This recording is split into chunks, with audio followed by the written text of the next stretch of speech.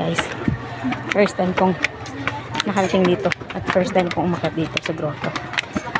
Yung tinatawag nilang Kamay ni Jesus sa Lucban, Quezon.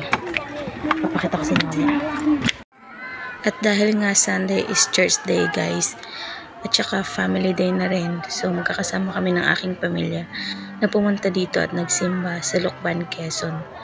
Umakyat din kami dito sa tinatawag nilang grotto, kung saan meron silang 350 step pataas at pababa para makarating ka doon sa pinakantuktok, na kung saan meron silang malaking statue na pinagdadasalan.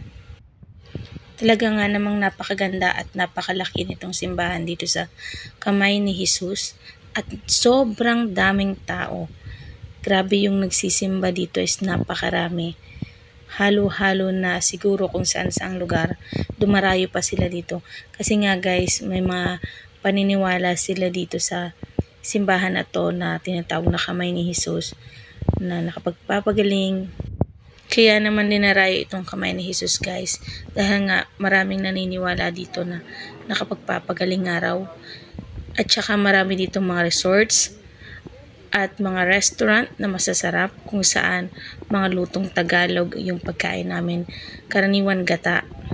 At saka meron din sila dito guys yan, Noah's Ark. Hindi lang kami pumasok kasi wala na kaming time, kailangan na namin umuwi kasi medyo dumidilim, so baka umulan, kaya umuwi na lang kami. So hanggang doon na yun guys. Thank you.